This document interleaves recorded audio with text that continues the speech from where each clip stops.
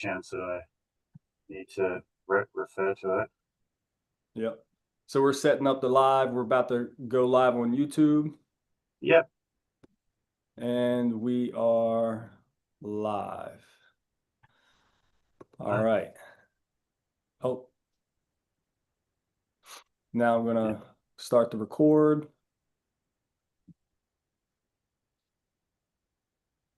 Oh. Do you ever get comments on the live stream or things like that?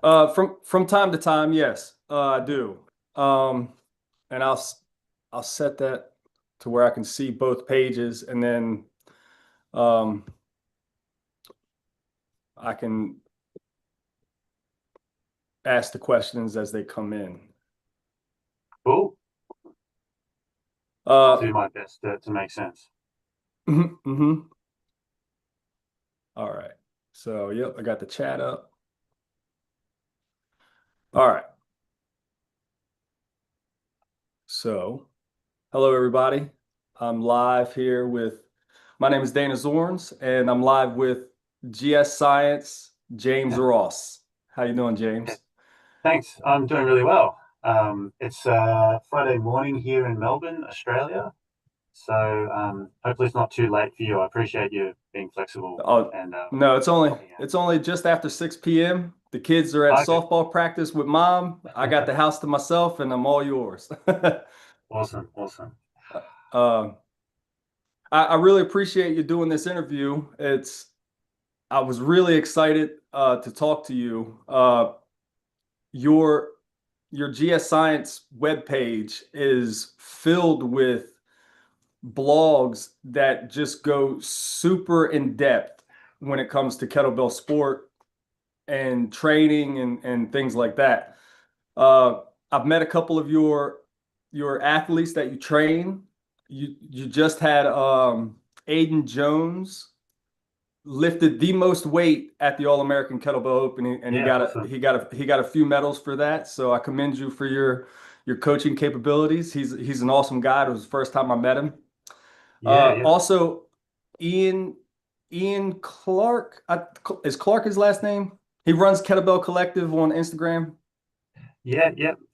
No, he's been doing a great job as well as promoting kettlebells and bringing together sort of different styles, which personally I don't ever. Some people seem to have it's this style or this style, but it's, I think of it as it's almost the best analogy is like hard style is more like sprinting, whereas GS is more like middle distance running. But you can use similar principles and different things like that. They can be very complementary. So he does a good job of weaving together those different things. And I train a few other people, but I'm not sure if they want to be anonymous or what. Right. I probably shouldn't have mentioned Aiden or him. No. They're friends. He's a great guy. I actually haven't met him in person. We've been to the World Championships at different times and just missed each other. But he's a terrific guy. Those guys are very open about things, so there's any problem. Yeah. Aiden's a really good guy. I just met him for the first time over the weekend, and the numbers he put up was just phenomenal. I mean, he's something to aspire to when it comes to the sport for sure. And he seems like a very busy dad, and he's got a lot of coaching and other bits and pieces going on. So, weaving the kettlebell training in to his life is for a lot of us is a key thing, and particularly with GS, I think it's sort of something that a lot of people come to later on, I think, and it's a bit of a different process when you do that versus I've been training since I was 12 years old. I think it typically requires a little bit of a different approach. Well, everyone is a bit different, but that's a key kind of difference there. Yeah, not all of us are Russian, and we started in grade school. Yeah, exactly, because the flexibility is often a really big factor in the positions people can move in and out of if they start really young. And that just means they can be a bit more efficient and also can probably tolerate a lot more volume. Whereas if you've played like 5 sports beforehand, you start in your 20s or 30s or 40s or 50. A lot of people actually get into GS much later, particularly in Australia, and do really well. But there's maybe some movements sometimes doubles are harder to get into, particularly because that flexibility.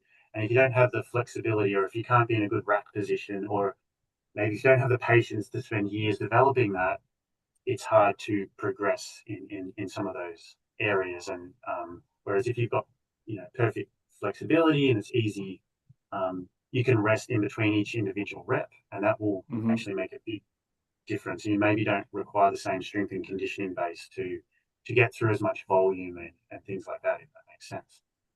Oh, absolutely. I just talked to Eddie Tarrant, who, by the way, just did 150 Yeah, I saw that. double 24 jerks at the IUKL championships. Amazing. And I believe when I talked to him, he said he was going to do between 140 and 150. But we were talking about him being so young and in the sport. One of the questions that came into the live stream was how did he get and maintain his overhead mobility? And he the only response that he really had was the fact that he's just kind of young and he hasn't tormented his body.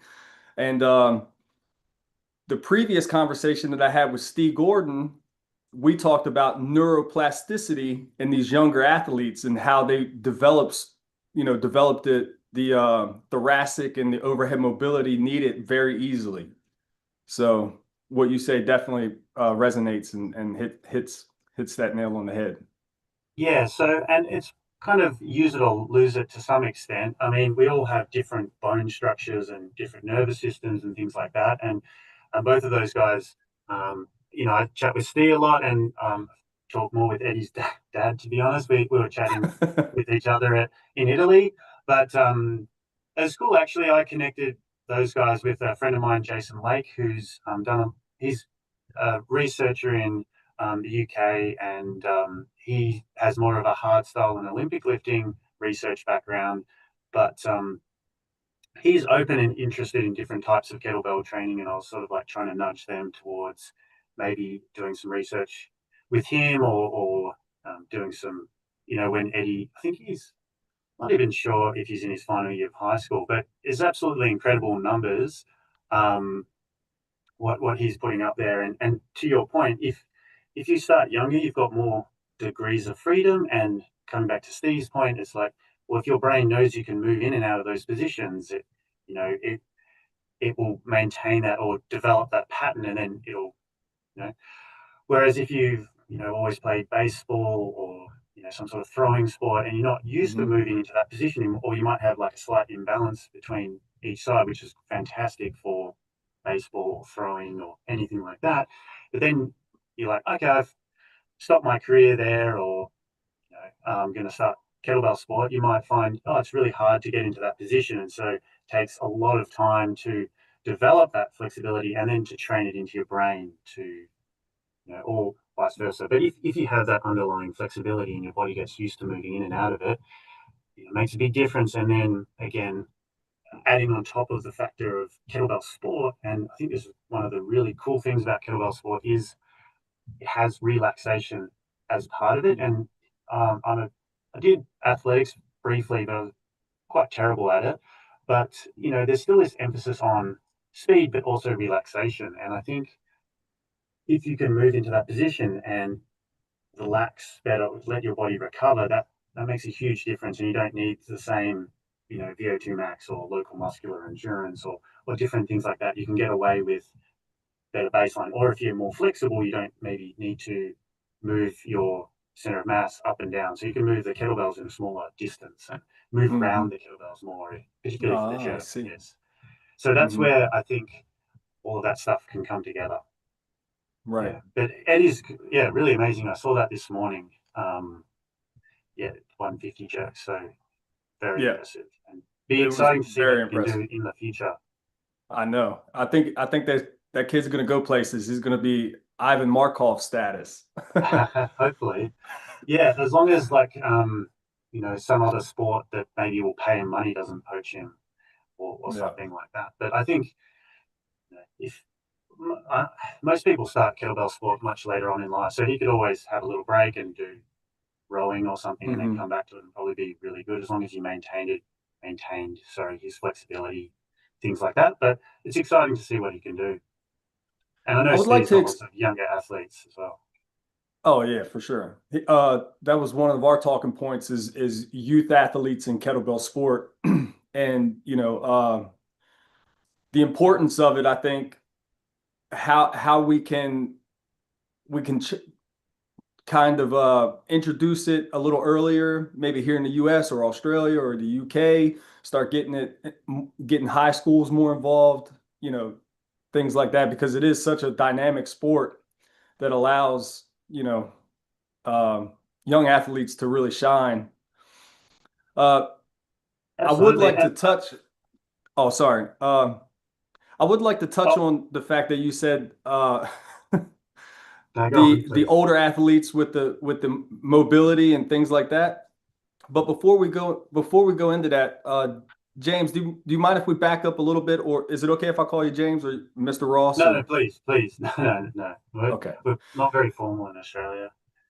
right. But James is perfect. I'd like to find out about your background. Um, how'd you get involved in kettlebell sport? How long have you been coaching? What got you interested in sport? Um, your educational background.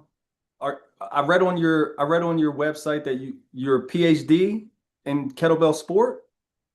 How does one get a PhD in kettlebell sport?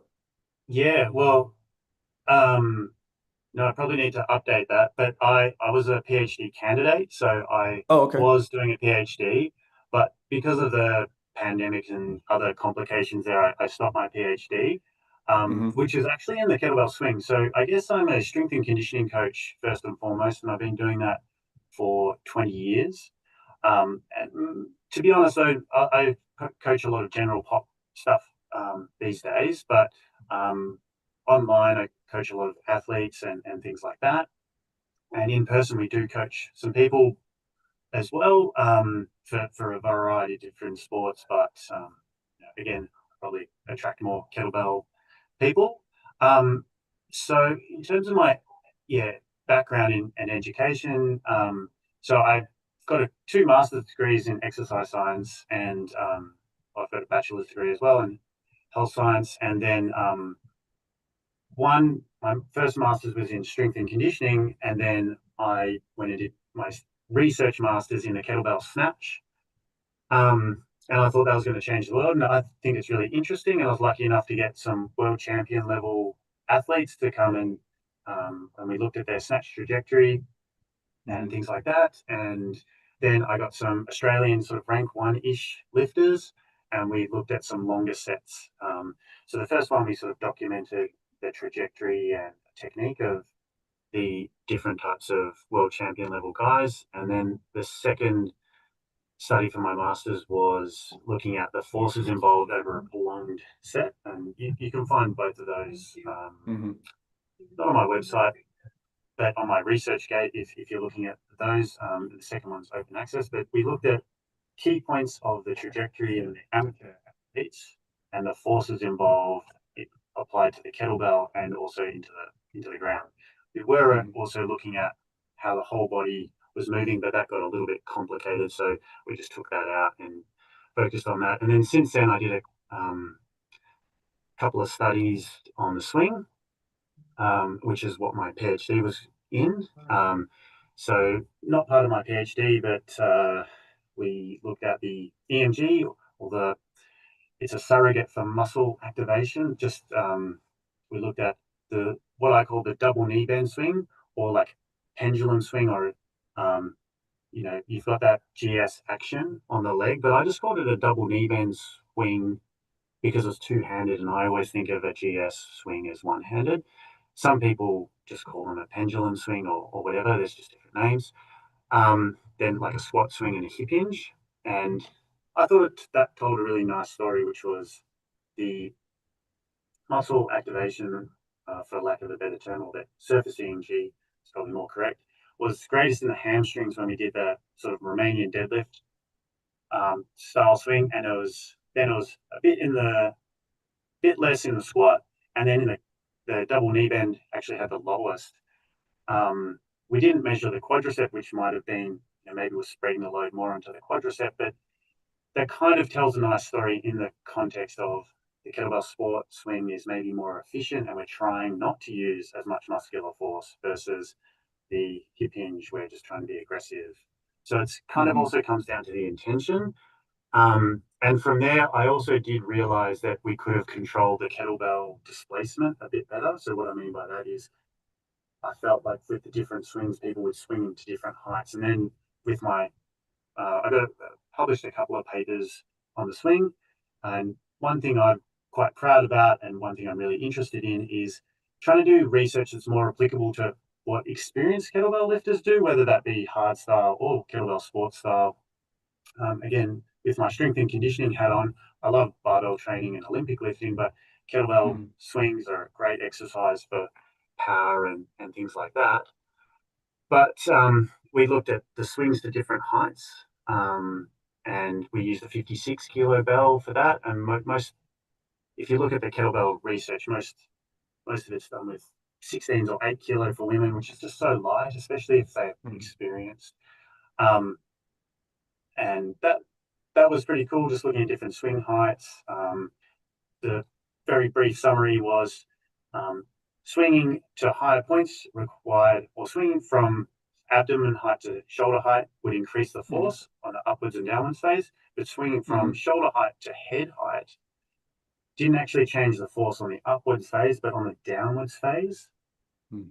Obviously, so maybe you on the upwards phase you just manipulate your position, maybe use your arms a bit more, but then on the downwards phase the bell falls further, so it worked the eccentric phase a bit more. Um, Hmm. and yeah, I'm talking about head high, not necessarily overhead. Hmm. I mean, I think if you do it right, I don't necessarily mind the American swing, but there's a cost to benefit. There's a time cost for in terms of teaching things, but then there's a risk to reward, I guess, as well. And I think the Hmm. swing to head height's a great variation. And then from there, I actually did a 1 and 5 RM reliability study for the swing, which is a bit unusual. I built my own kettlebell, which I'd never got patented, and the pandemic kicked in and we are all locked down, and I sort of wasn't able to publish much data until much later. But that was a cool study, in my opinion. Again, doing like, I think we had one guy swing like 110 kilos. It's pretty cool. Wow. Um, again, to a fixed height. And Hmm. we just sort of developed a protocol around doing that reliably. So if you were to do research, I don't necessarily think you need to do it for training. If you're doing training people regularly, you could have a much more individualized and refined dose of kettlebell training, which is something I'm kind of a bit passionate about. And we're currently collaborating with some guys in the US. I think I mentioned we're doing a survey just on Hmm. how experienced kettlebell lifters or their experiences with how they adapt to training and what they do, and just try to get some better research happening, so that's kind of, And this is the research flyer that you just sent me last week, correct? yeah, that's it. So Yes. we're just trying to get both hardstyle and kettlebell sport, or whoever, anyone who's experienced, because again, like I mentioned, there's a bit of an issue with just using an arbitrary 16 kilos or 12 Hmm. kilos, and a lot of it comes from enter the kettlebell, which I don't have a problem with, but I think some of the researchers read it and were like, okay, here's a protocol, like the 12-minute swing or the man maker challenge that Pavel put in there. And, there's only 5 kettlebells you could buy at this stage in 2006, which is when I started kettlebell training. And it's like, okay, average man get a 16, 24, 32. And that was then taken or interpreted by a researcher as, okay, beginner men use 16 kilos for the swing. And then just all this stuff's been built on that. And so what I was sort of trying to do is like, hey, and it's a bit weird to do a 1 RM or a 5 RM test, but you can actually do it pretty well. And that also correlates pretty well, not as well as like a deadlift, but Hmm. pretty well to your max strength. So I wouldn't necessarily say a 1 RM swing is the best measure of maximum strength, but it could be a useful tool for measuring and managing your swing strength, and you can do it reliably. Um, so, and if you couldn't do a deadlift, because some people do well at swings, but not so much deadlifts off the ground, Hmm. maybe you could use it in that context if you were trying to be, trying to measure your strength. But That's more like strength and conditioning James hat on there. But Hmm. I'm also obviously a kettlebell coach, and the reality is not that many universities get excited about kettlebell sport research. So if there's anyone out there that wants to do more research, I'm happy to collaborate and do more of that stuff. And yeah, so anyway, that's kind of more of that research background. And if anyone wants to reach out to me, I can probably send them the papers or whatever, or you can download them. Yeah, Um, I'm trying to get an email put together for all the participants at the All American. Send it out to them and see if there's any interest there. Plus, with the Kim Fox runs the Kettlebell Sport Almanac on yes. Facebook. She has a pretty good following on there. I put it out on there. I haven't Oh yeah, thanks for that. checked, I saw that. of course. Yeah, I haven't checked it recently to see if it's gotten any traction, but. I think, yeah, I'm gonna try to help, push that out a little bit and, I, Yeah, and you the know, hope is, again, it's sometimes funny when you publish a research paper, you're like, oh, this is going to have such an impact, and you know, when they do any more swing studies, they're going to do the 5 RM before they, so they know it's, or 1 RM, it's 80% of your 1 RM, like you do for a barbell study. It's like you don't, unless it's a jump squat, you don't usually just put in an arbitrary weight. It's usually mhm, individualized, the dosage. But I guess it's a bit tricky. And like, fortunately, at the gym, and I can see you've got heaps of kettlebells behind you. We mhm, have a variety of different ones to choose from. Whereas with some of the universities, maybe they only have a couple, so it suits them to mhm, just do, oh, we just use 16 kilos because we have 16 kilos or stuff like that. But yeah, the more information we can get, and hopefully we can make a case that, oh, we need to refine and get more nuanced in our research, because people do some pretty sophisticated stuff, but then if they don't apply kettlebell training, like how they dose it, if they don't get that right, you're going to get some funny results. And I know you were interested in running and kettlebell training, mhm, um, and kettlebell training, the heart and periodization, and they all fit together in a nice story. But with the research, there's some funny results because so there's some studies, typically the higher volume studies, seem to have good results. There's specifically one in American Air Force recruits, I believe, and they had like mhm, 3 groups. I believe it was a pilot study, which means um, in the future they plan to do a bigger study and a sort of a proof mhm, of concept. So there's issues with statistical power and things like that, which just means often in sports science we have limitations on how many people we can get to recruit. For example, if I mhm, want to do a kettlebell sports study, I mean, from the one that I mentioned before, I had to fly people in when I had my rank one lifters. I had to fly people in from all over Australia, or um, people would take some really long car rides to get down to the lab to take part, which I really appreciated. So thanks everyone to do mhm, that. Um, Whereas for my elite categories, that was mainly people who were, traveling internationally into Australia, and I was like getting people to ask them if they'd like to come to the lab to do some research and things like that. So anyway, with this Air Force sort of group, um, they actually used Valery Fedorenko's. mhm. They had some pictures of him, and they found that kettlebell group doing swings, which is I think 4 or 5 sets of 2 minutes of swings, which is pretty uncommon compared to what most of the research is. Um, so kettlebell swings in isolation, I believe, swings and running, and then just general training. And the swings and running improve the running performance, whereas the general circuit training and running, I believe, didn't improve it quite as much. Mhm. Whereas in contrast, just doing a Tabata in female recreational athletes didn't improve their sprinting performance, but they were using like 8 kilos, which then they progressed to 9 kilos. And it's like 8 to 9 kilo progression. It's like not very much. Right. Um, and if you come back to some of, it's not exactly the same, but with my research with the snatch, where I looked at the forces applied to the kettlebell and the ground reaction forces, what we sort of found was typically the lighter the kettlebell, maybe a little bit more acceleration, but with 24 kilos across 12 guys, it was typically like 3.5 times the weight or 3.5 times G. So you think of like a 24 kilo, so you're getting 80, 90-ish kilos. Sorry to Hmm. use kilos instead of pounds. But That's if you're fine. using an 8 kilo kettlebell, it's like you go to 9 kilos. It's like maybe if it's four or times or maybe five, it's only the peak acceleration is only like it's not a huge amount more. Hmm. So it's just one of those things. It's just limit. There's just not. I think if they got the dose right, like maybe they did it. Although Tabata twice a week is very very low dosage. If they maybe were using a 24 and then they progressed to 28 or something, it might be different. It might not Hmm. be, but that's where I think we need to do better research. Right. Um, so that's um, a thing there. But I'm not sure if you wanted to talk about that whole kettlebell heart thing, running, periodization, because I think Uh, that can all tell a nice story. yeah, so you're on GS Science on your webpage. Like I said before, you have an extensive set of blogs where you go in detail on certain things, and there was a few blogs that really piqued my interest.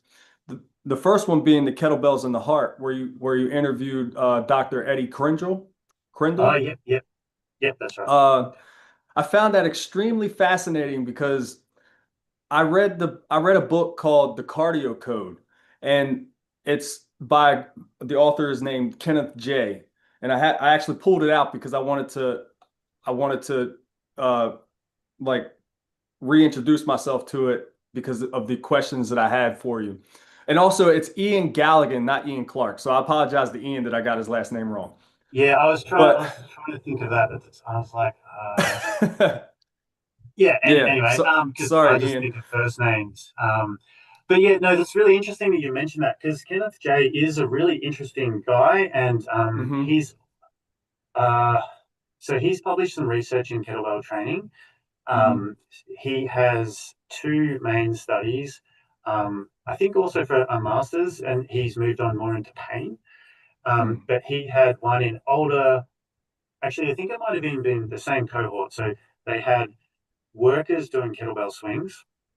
Um, and he had a variety of different progressions. And they, one study, he looked at more the performance outcomes, which is like he did what we call an indirect, um, I believe, yeah, he just looking at sort of bike to calculate the VO2 max. So he wasn't Hmm. measuring the oxygen consumption. And he looked at vertical jump and a variety of different things. Um, and balance. And another one that he looked at pain and things like that. And I think it might have been the same sort of middle age to old, 40 to 50-ish. I'm 40 now. I'm 41 actually. So Hmm. it's middle age, I guess. Anyway, Yeah. he, so that was interesting. And I think with his and he sort of had the Viking Warrior Challenge, which Hmm. one of the kettlebell studies that has shown an improvement in VO2 max used that in female soccer players, I believe Division One. So he created a multi-stage incremental test. So that just means there's like a beat test if you're familiar with that. Um, you know, 8 RPM first minute, then 12 RPM second minute, and he'd typically change hands, and then it would be max in the fifth minute, which is a little bit short, but then he would take that number and use that number to prescribe interval training. And they did that in with these Division One female soccer players, I believe, and they did um, 15 seconds on, 15 seconds off, um, or 20 minutes. And I think that protocol is based on the Eurofit protocol, which um, is is pretty popular in Australia for some strength and conditioning coaches. Which is, I'm not sure if you've heard of it, but typically it'd be 7 minutes, two Hmm. to four 7 minute blocks, 15 seconds on, 15 seconds off, and you'd either use a passive or active recovery. So for like Australian rules football, which is I don't know, it's hard to describe, I guess, but you use your hands a lot more in your kick and whatever. I know Hmm. the punters do quite well when they go over to America and things like that because we kick in that sort of way. But we'll often do like 100% of your max on the test, or even in excess of that. Oh, sorry, 100%, and then like a 70%, and we create like a box in, Hmm. on an oval with cones. So if you know you're running 5 meters per second or whatever, okay, we're doing 15 seconds times by five, but then we've got 70%. So anyway, that's how they do the active and passive recovery. Whereas if they're doing the active recovery, where if they're doing passive recovery, don't do anything, but you might do 120% and you just run between cones. Hmm. So that's a really nice way to improve your VO2 max. And so he, Hmm. I think, adapted that to the kettlebell, but whereas he just did up to 40 minutes continuously in the Viking Warrior approach. And I that really appealed to me because I liked how he's like, okay, we've got a test, we've got something concrete to program with, and I think that's Hmm. something where a lot of kettlebell stuff is lacking in the research, at least. I think again in kettlebell sport or in practitioners in the gym, I think they do a great job of being like just micro progressions and micro tweaks and stuff like that. So I don't Hmm. think there's necessarily an issue there.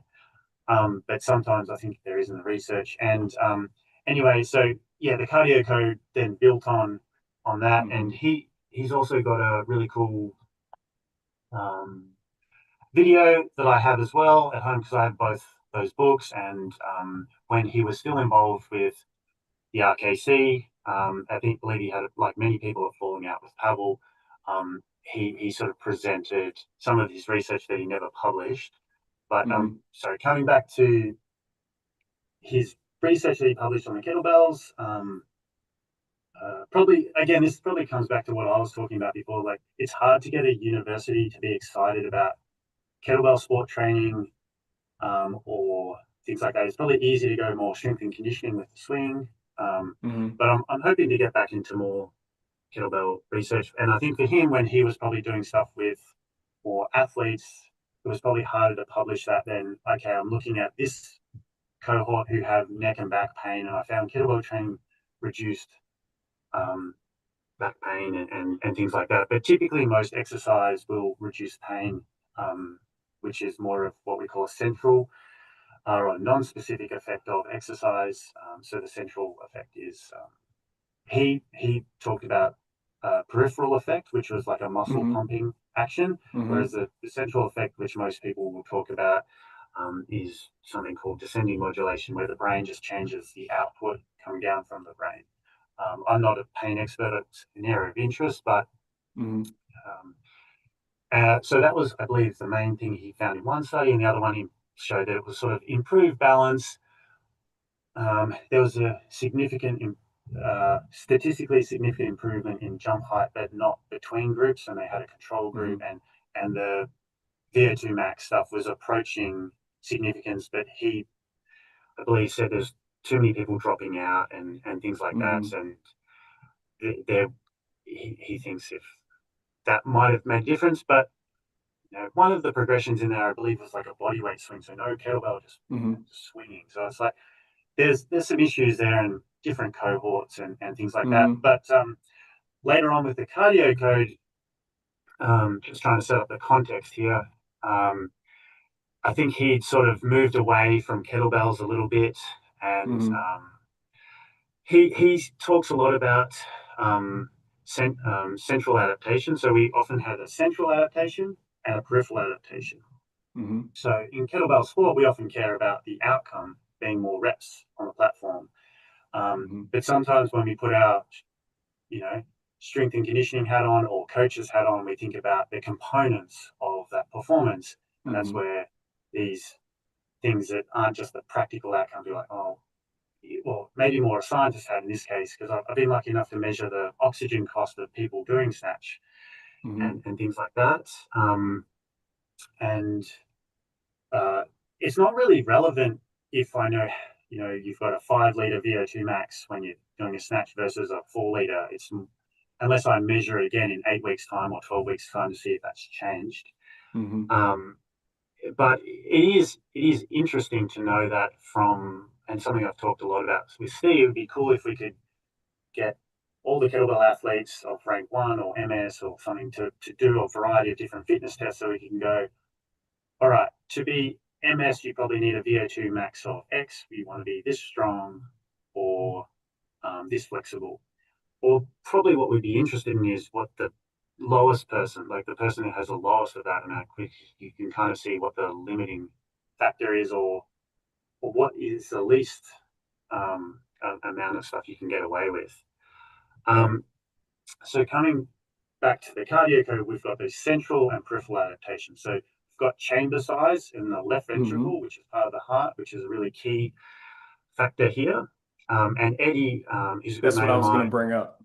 Yeah, he's an expert in this stuff, or he's now a neonatal sonographer. So he now scans more fetuses' hearts to see if they've got. So that's the level that he's on now, and he does some other research more in that field. But it was really cool. I was able to get him to scan my heart a few different times while we were at uni, and I was doing some kettlebell training and some different stuff like that. And we could see over time that my heart chamber size changed, and the thickness of the wall changed a little bit as well. And Yeah, that's what I was gonna say that. And when I read the cardio code, what I found fascinating was he differentiated heart adaptations for elite endurance athletes and then strength athletes, and how the chamber size of the left ventricle is much larger in capacity on an elite endurance athlete, whereas when you're purely strength, you don't gain the size of that capacity. You don't get the capacity of that left ventricle, but your walls thicken. And so that made me think like, wow, is that why so many or bodybuilders, let alone, the steroids, but is that why we have so many heart problems in bodybuilding? Right. And then when I read your blog, I noticed in your 12-week cycle, he did a couple different sonograms or what have you on your heart. And he noticed that not only did your capacity grow, but also you had a little wall thickening as well. So you had the best of both worlds. And that's really what I wanted to bring up and wanted you to expand on how kettlebell sport can give you the best of both worlds. yeah. So again, this is really interesting because I know, coming back to Kenneth J and the cardio code, he looks at some cross-sectional research, which is a bit different to what we call a randomized controlled trial. Excuse me. So particularly with some of the older research and the cross-sectional research, I haven't looked at the book for many years, so I might be slightly off here, and I don't want to misquote him, but at least if you look back at some of the previous cross-sectional research, there were some issues. So with cross-sectional research, we go, okay, here's the wrestlers, here's the shot putters, here's the marathon runners, here's the 5K runners or whatever. We're going to look at their hearts. Okay, the people doing more aerobic stuff, they've got a larger chamber size relatively and a thinner wall, and therefore and then we look at the power athletes, and they have a thicker wall and a smaller chamber relatively. So that kind of started the whole premise or the thought that, okay, if you thicken the wall when you do strength training, and you increase the chamber size when you do aerobic training. And one of the confounding factors there was, I believe, one of the famous studies was done in Olympians, and many of them back then were on drugs, and that would really thicken the wall, and that would make that much more noticeable. So you can get pathological thickening of the wall, and something that's also adaptive to exercise, and can be generally quite healthy. That being said, if you do, lots of elite endurance athletes can have issues if they can I have was going to bring that up too. rhythms if the chamber size gets too big, and sometimes rollers and things like that do that. But typically now, my understanding is that I haven't looked at the research for a while, but I think in that blog, or in one of my other blogs, we talk about. I think there's a review called the athlete's heart or the athletic heart or something, and what typically happens is you get when you do endurance running or rowing or something, you do get predominantly enlargement of the chamber. And why that's useful is we can't train our maximum heart rate. Our maximum heart rate is sort of dictated by your genetics and age and things like that. But you, the cardiac output is a key factor for endurance performance, and it's often in most sports a limiting factor. So if you can enlarge the chamber, you can eject more blood, or your stroke volume can be increased. So again, if you can only your heart rate will only function so much, or your maximum heart rate isn't trainable. I should say, if you get a larger chamber size, your resting heart rate will come down, and that will increase your heart rate reserve, which is typically your max heart rate minus your resting heart rate. And that means you've got a greater range to move between, which is quite useful. Then if you get thickening of the wall, you can sort of pump the blood through more peripheral resistance or when you're racing or whatever. But when you take someone's blood pressure when they're exercising, say if they're running or doing endurance stuff, it's still pretty high. Like it's way higher than it would be resting. So maybe if you do a max deadlift, I was speaking to a powerlifting coach and he said, I've seen way higher than this. But if you do a max deadlift in the research, I think you get like blood pressures of like 600 on the systolic or the pumping, or maybe greater even. Whereas there's also the relaxation. Everyone sort of knows that 80-20, 80-20. So the 120-80 kind of thing for the systolic and diastolic.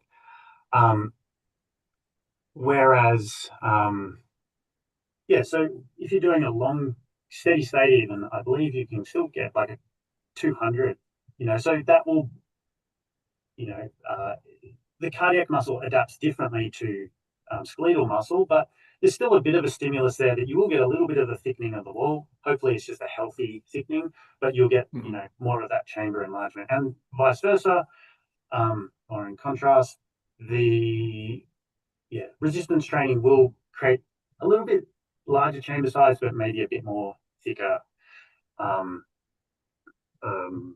wall there. So you've got the eccentric, which is the chamber size, and the concentric hypertrophy, which is the outer or the contractile component of the heart.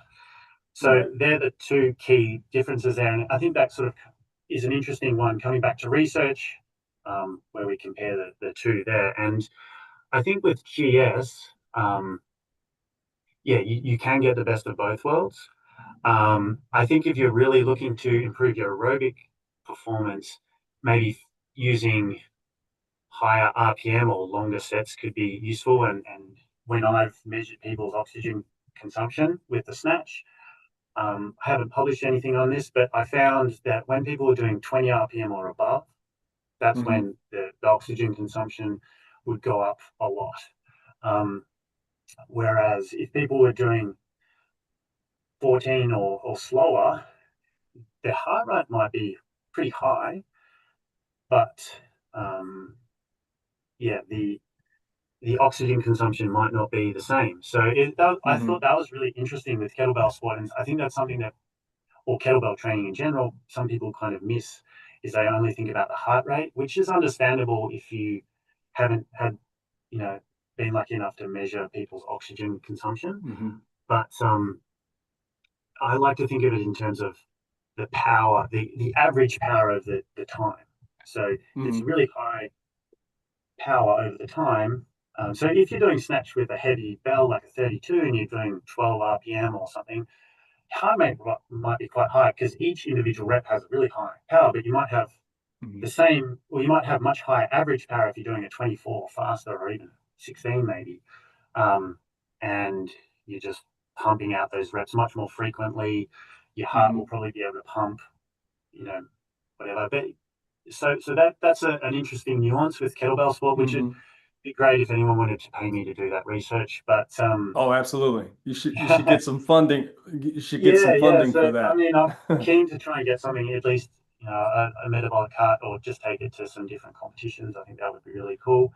But so we're sort of talking about the central adaptations here, which is really interesting, and then we have peripheral adaptations, which is sort of the muscles. And I guess you've got things like the mitochondria and the capillaries Mm-hmm. and things like that. So if you're a huge bodybuilder, the blood has to travel further. You've got more muscle mass to supply. Um, if you're taking steroids, you can get uneven thickening, or if you have metabolic syndrome or something, that can be related to sort of a pathological concentric hypertrophy or thickening of the heart wall, and that can be quite detrimental. But then, yeah, if you've got really, really big muscles, the blood just has to travel further, and it's harder to perfuse or penetrate into the muscle for that diffusion to happen.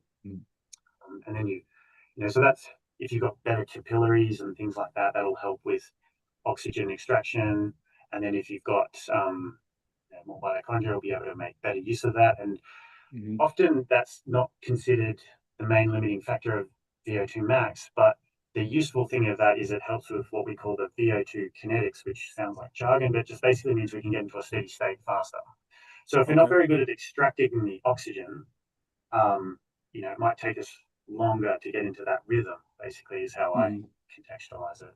So if Right. you're doing a set, it might feel really rubbish till you find a good sort of point. And I think ultimately Mm-hmm. with kettlebell sport, um, the perception of our effort is one of the limiting factors. So if we can be fitter and increase our strength and conditioning baseline or buffer between what we require for a set, and hopefully that perception of effort will be lower. And the other side of it as well, if we can develop our tendons and our elastic component in the muscle, that will allow us to be more efficient, not require as much oxygen for each rep and things like that, which can be really important. Yeah. Yeah. Um, Yeah, I found that blog really, really, really interesting. Do you think you mentioned 20 RPM or higher having a maybe a better cardiac output? Do you think snatching at that pace can replace your traditional cardio methods like running or assault bike or rowing or anything like that? Do you think it comes close, or what's your thoughts? yeah. So, I mean, sounds like a great study to do, but I think for some people, yes, and for other people, maybe not so much. Hmm. So I think it depends on what your limiting factor is. For some of the freaks out there that are really pushing, um, they've adapted so much to kettlebell sport, they probably do quite well, and they're probably, Hmm. not limited by those things. But that's sort of, you're pushing 20 to 24 RPM with a decent weight, and your grip's not giving out, which is often the limiting factor. Excuse Yeah. me. Um, that's where I'm a really big fan of military snatch. I think that's a good one for an entry level for people who have a really good strength and conditioning base, or maybe people. I've been encouraging people who do hard style to try the military snatch to get into kettlebell sport because I think some Oh, of really? them could do really well. Um, Especially if you can break down past, kettlebell sport is so easy, blah blah blah. Yeah. And most people are cool and realize it's not easy, but there's some people who just, I mean, I'm sure we've all, That's seen, a hard hurdle to cross. yeah, there seems to be something, if, I mean, maybe not for hard style people, but for people who haven't done a kettlebell set, might see you lifting a light weight for a lot of reps, and they're like, oh, that's super light, that's easy. And then they get over the magical 10 reps and everything just goes out of the window. Hmm. They're trying to do presses instead of a jerk that you were doing, and they're like, "Oh, this is easy. I'll do 50 presses with 216s," and they do 14 reps and they're completely cooked. Um, so yeah, I think um, it just depends on the limiting factor there. So often, um, so if I come back to when I was looking at the forces involved with the snatch, which I mainly looked at people using 24, which would Hmm. be up 800 and something newtons, 800 to 900 newtons, which you divide by gravity or roughly 10 or 9.81. That will give you the kilograms. Um, so roughly 80 kilograms. But with the snatch, depending on how your height and things like that, with the 32, you're getting roughly 100 kilograms of force for Oh, some wow. people. typically the amount of G's or the peak acceleration on the kettlebells would drop a little bit as it would go up, but it'd still incrementally move up. So, Hmm. you know, uh, so yeah, if you imagine you're doing a 10-minute set, one hand change, and you're getting 100 kilograms of force each rep, it's easy to see why that would be potentially the Oh limiting yeah. factor. Whereas going to a multi-switch takes that grip out. Um, Again, I love the classic lifts, and I wish we probably, particularly in Australia, did more of them because. But I also understand, and this is something I've spoken a lot with Steve about. It I also can see where having a variety of different lifts is great for getting people into the sport, and it's Hmm. more inclusive for people starting later because doubles are really hard, or the single switch snatch can just take so long to develop the forearms and things like that. And this is also a really interesting question for kettlebell sport is looking at the oxygen consumptions and the forearms in the snatch Oh yeah. versus the VO2 max. So that's a really cool question. I used to think it was like the oxygen consumption in the forearm was like a key factor, but now I'm probably thinking maybe the hand insertion for single switch is the key factor. Hmm. So if you can get a hand insertion which allows you to rest, coming back to if you start at a young age, Right. or you have the flexibility where you can rest, I think that might actually get around some of those issues. Or it's Hmm. more of a factor being able to rest if you're doing a slower tempo as well. Right. So that's there are all these really interesting variables that bounce around in my Hmm. head that I think about. Um, and I've been lucky enough to train some really good grapplers, and a guy that a friend of mine who I think he got MS in pentathlon and military snatch first time doing it, and he's a Brazilian Jiu-Jitsu black belt, and I think um, he's competed at the ADCC and a variety of other things. So Hmm. um, he would do the snatches cross training, and he would really Oh benefit wow. from the snatch because he's 116 kilos or something, and running was just What do you do? Single switch snatch? yeah. So he'd do multi-switch snatch, and this is Oh, where okay. he was able to do really well in the military snatch because he's got Hmm. a. And I was lucky enough also to measure his VO2 max at uni on a bike, and um, typically on a bike you don't actually hit as high a VO2 max unless you're a cyclist as compared Okay. to running. And this also comes down to um, the specificity. So a Hmm. swimmer will probably, if they're an elite swimmer, they'll probably get a bit better VO2 max swimming than they would running. But it's hard to do it swimming, and Hmm. things like that. Like a cyclist, their quads will adapt to being really good at being super fit and Hmm. better able to. Well, they won't be the limiting factor because sometimes when I know at uni, just before I stopped there, they would actually start to ask people when they do cycling VO2 max. It's like, was that your quads that made you stop or your overall gas? Typically with a Right. treadmill, depending on the protocol, so sometimes they don't increase the speed, they just ramp up. This, Okay. if they keep it flat, it just gets faster and faster. People just fly off the back, and it's like, well, they Hmm. couldn't run fast enough, so they get around it by just cranking up asking people what was the limiting factor, and sometimes it will be, oh, it was my quads when I'm doing a cycling VO2 max. And I suspect if you're not a cyclist, most people would be. And I expect with the kettlebell snatch, the forearms might be the limiting factor, unless you have done so much snatch that it's not a limiting factor. So Hmm. there's a very long way of answering your question there. But I think, Oh, I love it. I think this is all great info, you know? yeah, so it comes down to the individual. And I think ultimately in kettlebell sport training, it's I think that general endurance, if you like it, or you just want to add in, like I really like top up training, which is sort of if you are using a heart rate monitor, typically you want to get like 5 to 10 minutes in that red zone to improve your VO2 max, um, as a general rule. Now, So red say if you zone get, would be your sorry, zone three for your 90%, heart rate? yeah, so 90%? yeah, 90% or more, and you've got a Okay. 3 zone model or a 5 zone Hmm. model, and it's typically the higher end of the 3 zone. Um, And just for the And listeners, you do talk about that in your running and kettlebell sport blog. The three zones and heart rate, all of this stuff can be found in that. Yeah.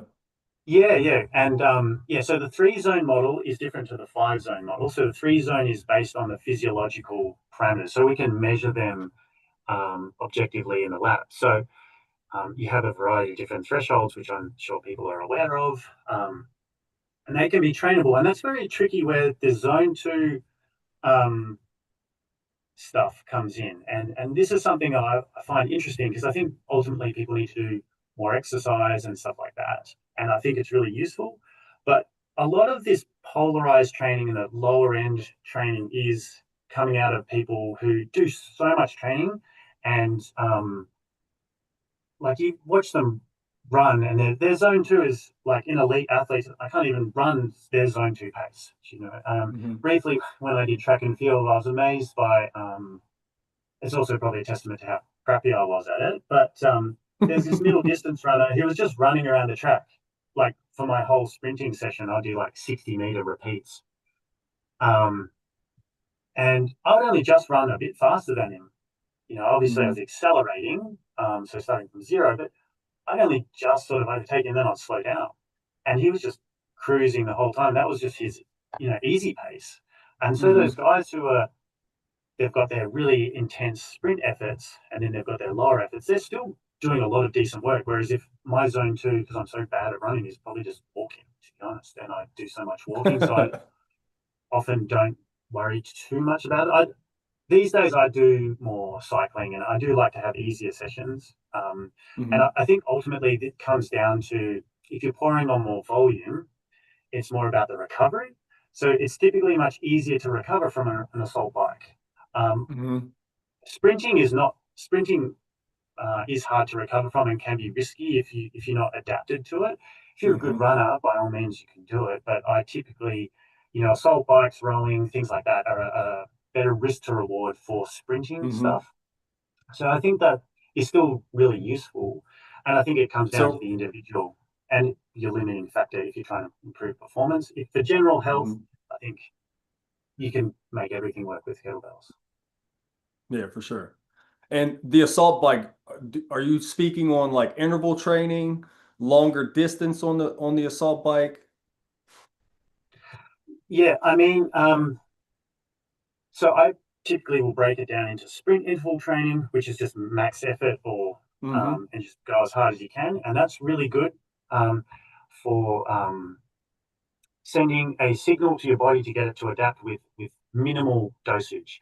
And I've actually Hmm. found recently I've been doing more sprint interval training because I'm just running out of time in my session. So I typically at the moment will do 3 kettlebell resistance training sessions, and I'll add some sprint interval training at the end just to get a little bit more um, general cardio, just dropping that into the mix.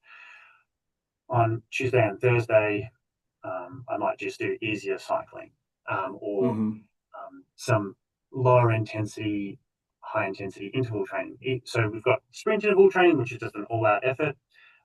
So that'll get your muscle into a really low state of energy, and that will signal it to adapt in, help with mitochondrial biogenesis and things like that, and buffering and things like that. And it might contribute to stretching your heart and getting it to, in the context of doing a kettlebell session, just add a little bit more to sending a message to your body to get it to adapt, if that makes sense. Okay. And then Hmm. typically with the zone 2 type stuff, if you're really fit, it doesn't usually change. It's healthy for your heart and things like that, but it won't increase the chamber size typically in most people as much, at least in the research studies, because it's more about an accumulation of calcium and things like that in the muscle, which signals that mitochondrial biogenesis. So you've got those 2 different signals for the peripheral adaptation, um, and um, yeah, the heart typically in the limitations of we can't do really long research studies when they're Hmm. those randomized controlled trials and things like that. They can do cross-sectional studies where we look at people who've been training for a long time. So we look at advanced, medium, and beginner level runners or things like that. But it's hard to do like a 10-year study, and I think that's where I I have to be careful for myself not to dismiss that lower intensity stuff too much, because um, it's just hard to do those really long studies where probably a lot of that lower intensity stuff shines. And the reality is, we don't want to do high intensity all the time because you just get burnt out. And doing kettlebell sport or anything really, you need to just do it long term. It's not about a Hmm. 4 week challenge. I mean, that can be useful, but it's not about doing something for 4 weeks if you're trying to be good down the track. Right. Um, so I think that's real interesting sort of variables to play with. But basically, it comes down to recovery for a lot of things and a Hmm. limiting factor. Um, yeah. So So a little earlier, right as soon as we got into running and kettlebell sport, you mentioned the word polarization, right? yeah, Can you explain that for the listeners and well, you kind of did without saying it, but explain what yes, polarization is and how we can like maybe adjust one to the other, like running and kettlebell sport, adjust in your yeah, program. absolutely, absolutely. And yeah, so in one of the most common patterns of training is, and there's a variety of different ways that endurance trainers break down their intensity, but often they will polarize it, and that seems to be the most common way, where you've got a small amount of really high intensity work, and then you've got a probably larger amount of um, lower intensity work. And that comes down Mhm. to what they can recover from, um, and a variety of different things like that. But also, what I alluded to before is when you train really intensely, you have a different physiological mechanism that gets your body to adapt to, the lot. So higher intensity has a different pathway to lower intensity, and I think intuitively they've gravitated towards that because it has better results. And there are, Mhm. again, different ways to do that, but that polarized way allows you to get, multiple high intensity sessions in a week. But it might only be an hour, a few hours of intense work, but Mhm. it's really intense. And then they've got a huge amount of lower intensity work, which will be really useful for them, especially when you're trying to peak performance. But Mhm. um, yeah, so that's just the way they break down training. There's different types of ways to do it, but often if you just do the same threshold type training, the same monotonous training, you won't get as much benefit as if you do more intense training and lower intense training. So often that Mhm. little bit of variety is useful, and runners are usually pretty good at that. They often, if you're running a few times a week, we'll do maybe one day more intervals, another day a longer, slower run, and then something in Mhm. between. So that's an interesting way to break down the training. I think with kettlebell sport, it can be a little tricky to polarize your training, just because we'll say if I'm doing long cycle, and I sometimes do some half marathons with long cycle and do some shorter intervals. But if I do, I mean, I don't really do more than 30-minute sets, and it's still kind of a shorter session. So I'm not sure if it would be polarized in the sense that if I did intervals with 32 or 36, and then I did interval or like a 30-minute session with 16s or 20s or something, it's polarized, but I'm not sure if physiologically it would have a different adaptation. Maybe if I did 12s for an hour or something, but I'm not sure I want to stand around do that. But that's where I Right. think kettlebell sport lends itself really interestingly to that general training, whereas okay, I want to sort of work on that lower intensity stuff and it's useful for recovery. So I'll jump on the bike for an hour, or I'll Mhm. 2 hours, or however much time, or I like running. So I'll do an easier run. And the reality is most elite kettlebell sport athletes are decent runners. And Mhm. it, it's really interesting when we speak to some of the world champions. It's like, yeah, I just ran a marathon right after I did a max deadlift.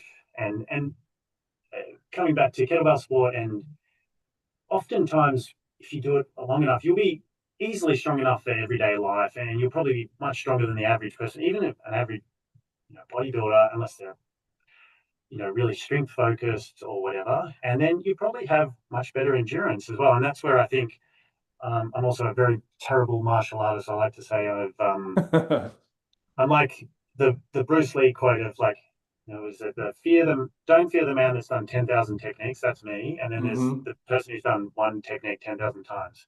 So that's not me because I've done every martial art for like 1 week. So I'm really bad, but I like the combining strength and endurance element, and Hmm. and I think ultimately it is sort of the jack of all trades, Hmm. and you sort of get 80-90% of everything, and you can put it into a nice package, and you can train at home, you can train in the gym, or maybe I've got my own gym, but some people just think they look I think crazy that's if what it's like, has drawn me to kettlebell sport is the ease of both.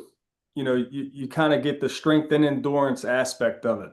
Because I come from a strength background where mm, majority of my life I did barbells, dumbbells, things like that, but I had no stamina to walk up a few flights of stairs. But when mm. I introduced kettlebells, now my stamina is through the roof. I'm able to work all day and then come home and play with the kids. Yeah, absolutely. And I think, yeah, once you get kids as well, you make your life probably a lot more efficient, and training's part of that. And maybe Hmm. if you've got a gym, you can do lots of training in the gym, but if you just have a couple of kettlebells at home, that's really interesting. And I think in just coming back to periodization, I think in that running blog as well, I sort of had the different archetypes of someone like yourself with that strength base, and then someone with more of an endurance base, and Hmm. the benefits that they can get from kettlebell training. So Yeah, you talked about how a runner can benefit from kettlebell training and how a kettlebell athlete can benefit from running. Particularly, okay, I yeah. think in a uh, in a runner, they benefit from kettlebells because of all the posterior work. So it's injury prevention, things of that nature. And then for a kettlebell sport athlete, running, it improves your cardiovascular. And so you're good for both. Yeah, yeah, absolutely. And this is where again the long-term planning or periodization can be really interesting. Um, when you're in off season, just some variety can be really useful. But yeah, if you're a runner, and we've had a few different trail runners and different types of runners, and often some of them really just some of them are happy to go in the gym, and some of them just hate the gym, and it's like, oh, maybe I'll do some kettlebell swings.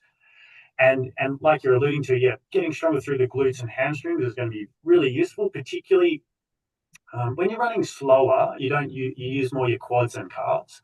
But when you start to Hmm. run faster, you really will get those hamstrings and glutes working. And the Hmm.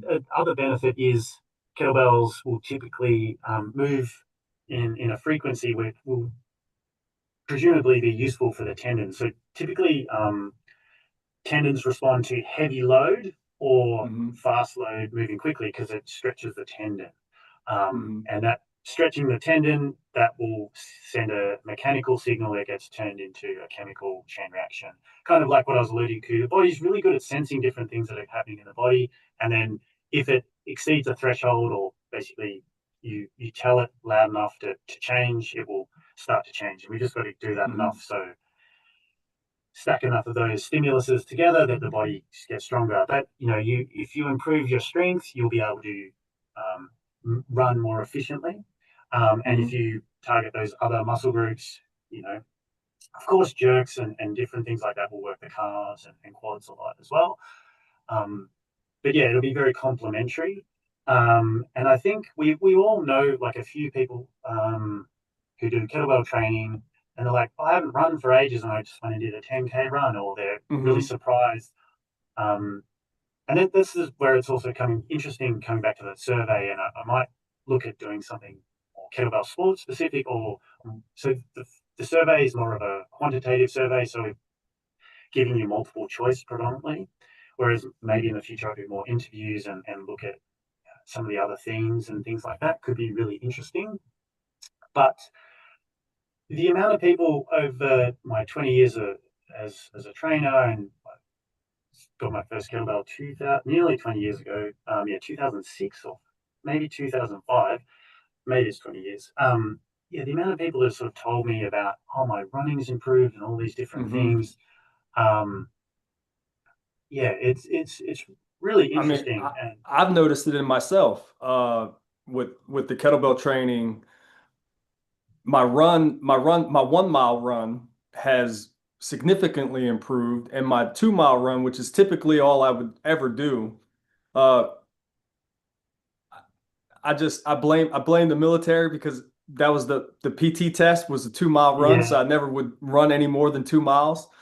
So, but my 2 mile run is according to U.S. military standards, is phenomenal. oh, there you go. And yeah, I think that's so interesting. And I think from memory that that recruit study, I think they might have used a 2 mile run, Hmm. which makes sense. And a lot of people in the past or in Australian rules football would not so much now, but they would use a 2K run time, 2K time trial as kind of the base for that interval training and roughly your MAS or maximum aerobic speed is, and Hmm. probably similar there. But yeah, I think that's so interesting. Yeah, the transfer and people talk about the what the hell effect with kettlebell training Hmm. and of course, with depending on how you structure it, maybe you're getting some more peripheral adaptations which then help, or maybe it's more Hmm.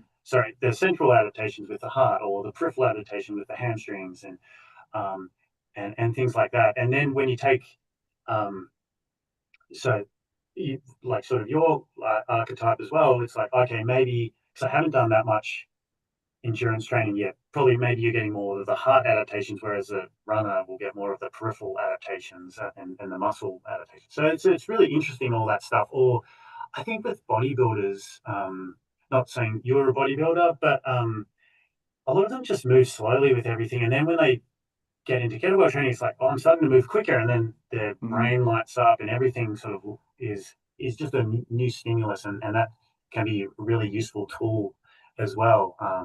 Hmm. So there's so many different things, but if you were to take those different archetypes in a long-term periodization for kettlebell sport, you can you can look at different things. So basically, the bodybuilder, if they were to try and do kettlebell sport, you probably want to improve their aerobic base because they're not going to be able to do much volume, and they're probably not going to be able to recover well between sessions or during a session. Hmm. Whereas a so that might be what you build your main limiting factor around in terms of the off season. You probably still want to maintain some strength and work on technique, of course. And then if you've got Hmm. a runner, maybe you need to build some strength and particularly in those key positions and flexibility, because both of Hmm. those people are probably pretty rubbish at flexibility. Um, Hmm. and that's where you can individualize things. And for some people, depending on how your season structured, maybe you want to do more VO2 max work at the start of the season or in the off season, and then when you move into the season, you do either a mixture of VO2 max and like longer, slower distance, or you go, more slower distance. It depends on your what you've sort of done previously during the season and what you're trying to achieve. Um, Hmm. and I think I guess that would be in a reverse period of reverse linear, and you've got a linear. So the classic linear is like you do 12 reps. Um, then you go to 11 reps and you get a bit heavier and so on and so forth. So you could do, I'm Hmm. going to do lots of long, slow distance off season and then get incrementally faster and shorter distance. Or, you can do the reverse, which can be useful for strength endurance, which is like max strength. And then we're going to, add reps and reduce the weight. And so you can do Hmm. different things like that. But ultimately, I think with kettlebell sport, doing a mixture of everything is Hmm. typically the best, unless you've got a really big standout weakness which you can target. And often a mixed method, doing a variety of different things, seems to be better for both strength and endurance Hmm. type stuff. Um, So I have yeah. a 9-year-old daughter that Mm. she does this after school program called Girls on a Run. And here around Thanksgiving, late November, she's going to be doing her first 5K. And she insisted that I do it with Wow. her. And Right. Nice. so one of the ways that I'm training to run a longer distance is an interval style training. I forget where I learned it from, but essentially it's you run 1 mile, and then however long that mile took, you walk for that amount of time, and then you run a second mile, and then you walk the same amount of time that it took, and then you run a third mile. And then over time, supposedly this is going to make your one longer run much smoother. And Yeah, it reminds me a lot of kettlebell training, one-on-one off times 10, throughout a training cycle can get you to a 10-minute set. absolutely. And I mean, I think that's also really, really interesting question for kettlebell sport is as I've been doing more and more of it, I do much like I sometimes find actually longer sets easier than shorter sets, which because I've done so many 10-minute sets, I don't really mind just doing 10-minute sets in training and even longer sets and things like that. Um, Again, sometimes it's more time efficient or the tempo is a bit lower, so it's a bit easier. Again, I think with kettlebell sport, ultimately the perception of effort is a limiting factor. And some Mhm. days things are easier than others, as we all know. But yeah, that like almost kind of sounds a lot like the 1K repeats. I mean, a mile's obviously Mhm. slightly longer, but you're sort of in that zone where you're working pretty intensely, so it's enough to get your heart rate up really high. You're probably tapping into those anaerobic sort of metabolism stuff, so you're Mhm. improving your thresholds and things like that. Mhm. And yeah, like you sort of mentioned that you've got the active recovery of walking at the same time, so your heart rate won't completely drop down, and so you're getting probably a really good dose of training there, and it's at a good intensity to improve that VO2 max. And typically for non-elite competitors, VO2 max is one of the key determinants of performance at elite competition than things like the threshold, because they all have amazing VO2 maxes. And it's like, Mhm. oh, I can hold 90% of my VO2 max versus 85 or whatever. Mhm. And so that's where it's quite interesting. And running economy or economy of motion in kettlebell sport, coming back to the more flexible people who start younger, they can probably be more economical in how they move. They can apply the Mhm. force at the right time for a smaller amount because they can be in a slightly bit better position. They can have slightly better fixation, so it uses less energy. Things like that Mhm. make a big Right. difference. And um, I've sort of been working on an ebook, and I've been looking on at a sort of another sort of thing which they talk about robustness or durability and things like that. And that's I remember one of my lecturers, he was talking about when he didn't train, his VO2 max didn't change much. But when Mhm. he trained a lot, his second VO2 max would be so much better. I'm like, why would you ever do two VO2 max? I guess it's if you're in the lab all the time, you're just like trying to think of research projects. And that's something he came up with. And I think that's also important for runners is, and I'm not sure if I talked about that in the blog or if it's more in this ebook, that being more robust. And you see this a lot with people who've been doing kettlebell sport more. They can often, their particularly fixation won't deteriorate as much. If you look at elite guys, they might change their technique, um, Mhm. but their fixation will still be really good, Mhm. generally.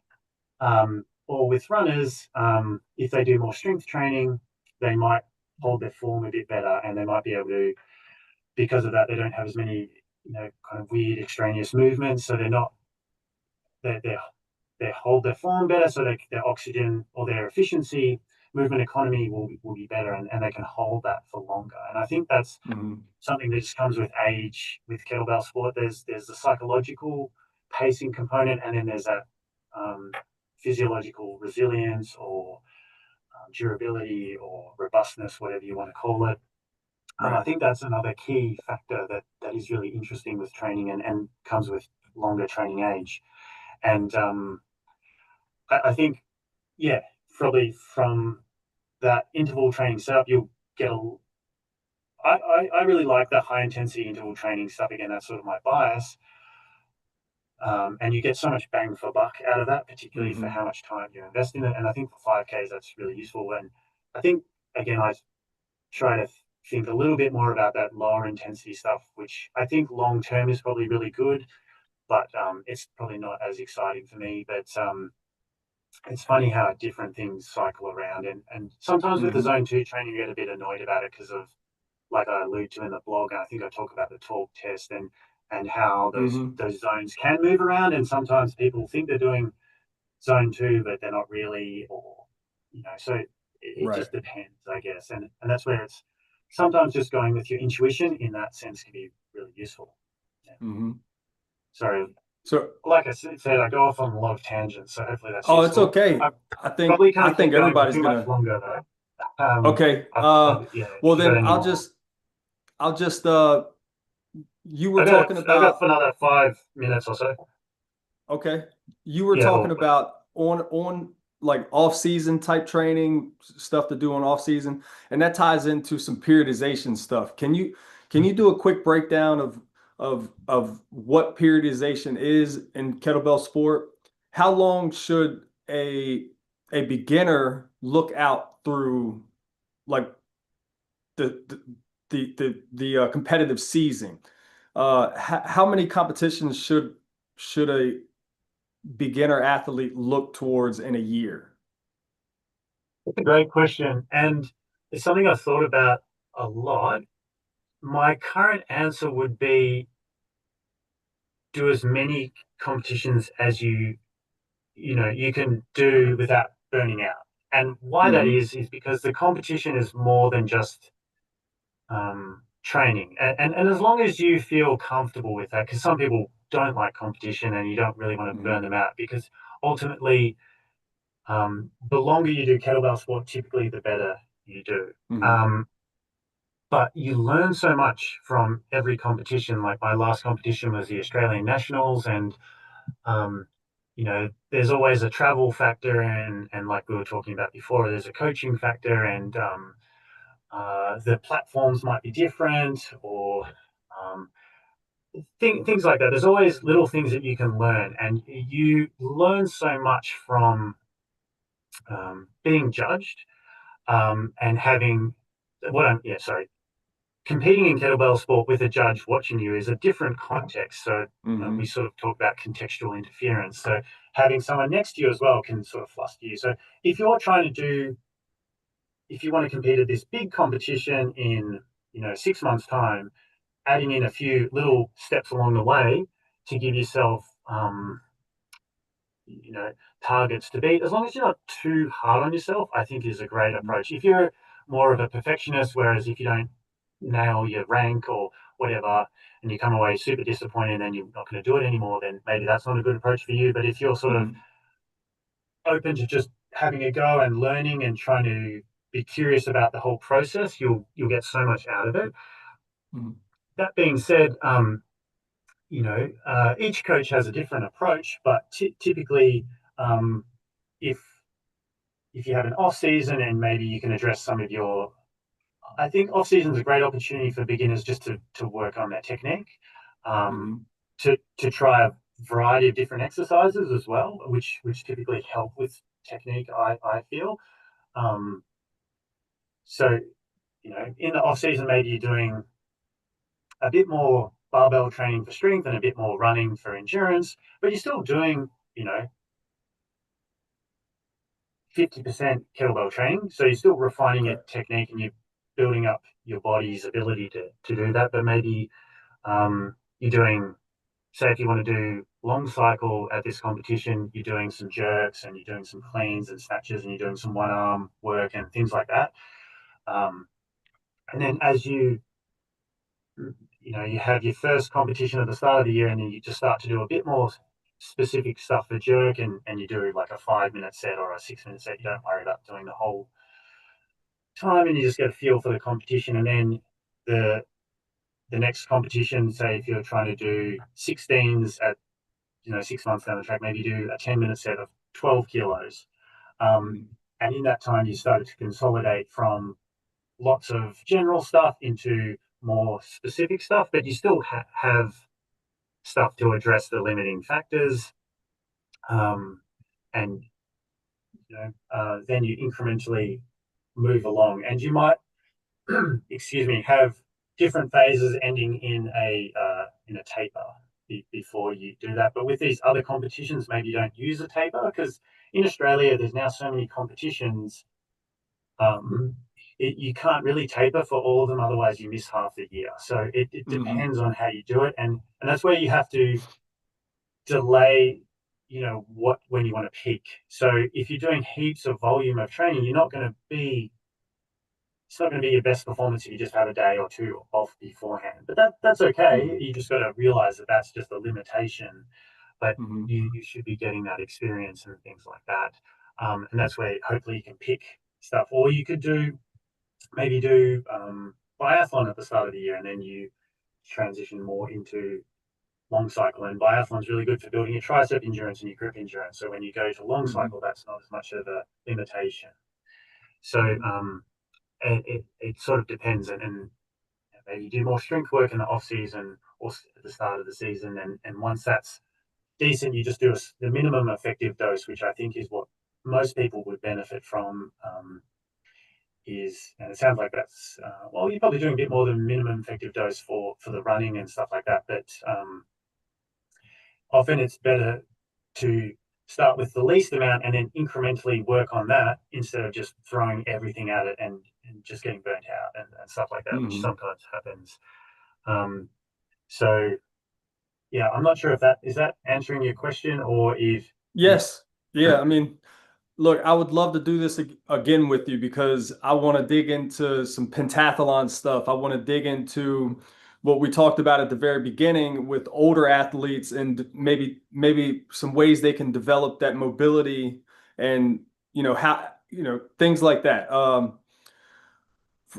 athletes who have lost it but can regain it over time. Ways to do that. What role does pentathlon play in your training?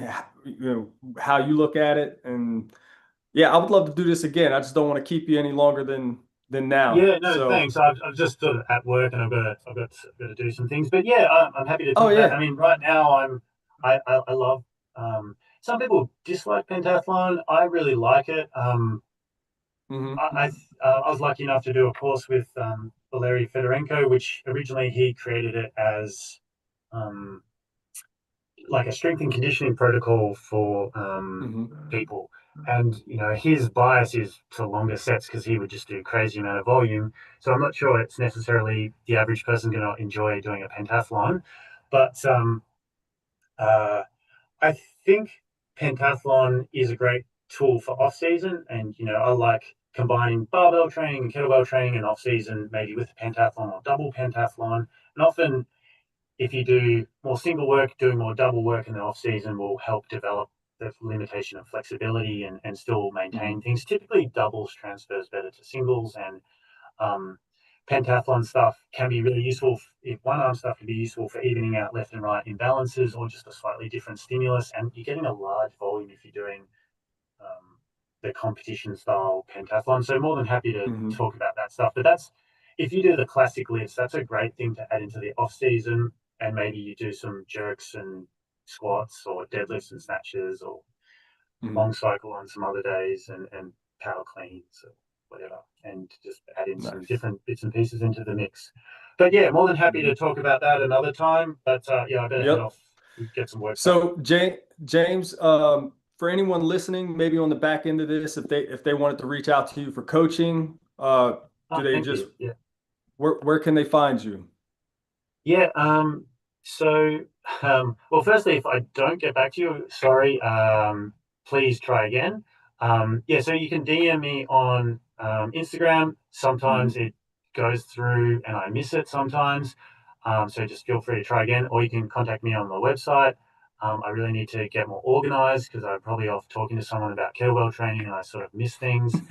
Um, yeah, so we at the moment we've also got, like I said, the research sort of Hmm. thing going, and I'm hoping in the future to free myself up a bit more to do a bit more research, um, whether that's bringing things along to, I've got some force plates, I might take those to competition, or maybe try and get some metabolic cart type things. That would be really cool, and I've also yeah, I've got my ebook that I'm working on at the moment, which sort of touches on a lot of these things. It's actually been almost finished for like a year, and it's one of those things have just had other stuff on that I haven't looked at, and I've written it as too long. It is 70 pages of straight writing, and I'm sort of Mm. breaking it down, and it might be 3 ebooks or a course or something, trying to remove stuff really, which is why I probably haven't published that many blogs recently because I've been working on that amongst other things, and also we're starting to work on an app to help with judging, which will be really Oh, exciting, nice. and help people run competitions and have a whole platform. But coming back to Valery Fedorenko, he's a bit of a visionary, and I think also he just disliked the Russian judges because there might have been Hmm. in that sort of Soviet Union era some discrimination between Russians and other people. So he wanted to take away that sort of human element, which Hmm. I think ultimately we need humans to review things. So I don't know if it'll necessarily take away that altogether, but having that could be really useful to help tell people if that's a fixation, or even get people used to competition, or biofeedback for training. Because that's one Right. thing that is sometimes tricky is coming to a competition and you've never worried about fixation, and then you get all these no reps, and you're like, oh man, I got all these no reps. So, yeah, so I've got a few different things going on there. But, yeah, Yeah, I brought reach out Valerie to me out on in the. 2024 to the All American. He was going to come back out this year, but he Oh, had awesome. he had some personal issues. But we're definitely bringing him back next year. So Oh, cool. Yeah. yeah. He came to Australia a couple of times, and yeah, he's a bit of a visionary, and brought sort of kettlebell sport or kettlebells, depending who you ask, to the US first, but he didn't necessarily popularize them like Pavel did, and all these other people that I've been lucky enough to work with, and have the Russian national team here in 2018, and Denisov and Denis Vasiliev and all these Rudnev and different guys down here, and Hmm. yeah. So, all right, but yeah, thanks for the chat. I really enjoyed that. Hopefully, I didn't talk Thank you over you so too much, much, and James. And no, we'll chat I again soon. enjoyed every second of it. And honestly, I could go even longer. But we'll do it again. All right, thanks, mate. Thanks, Have a good James. one. Bye. Bye. You too.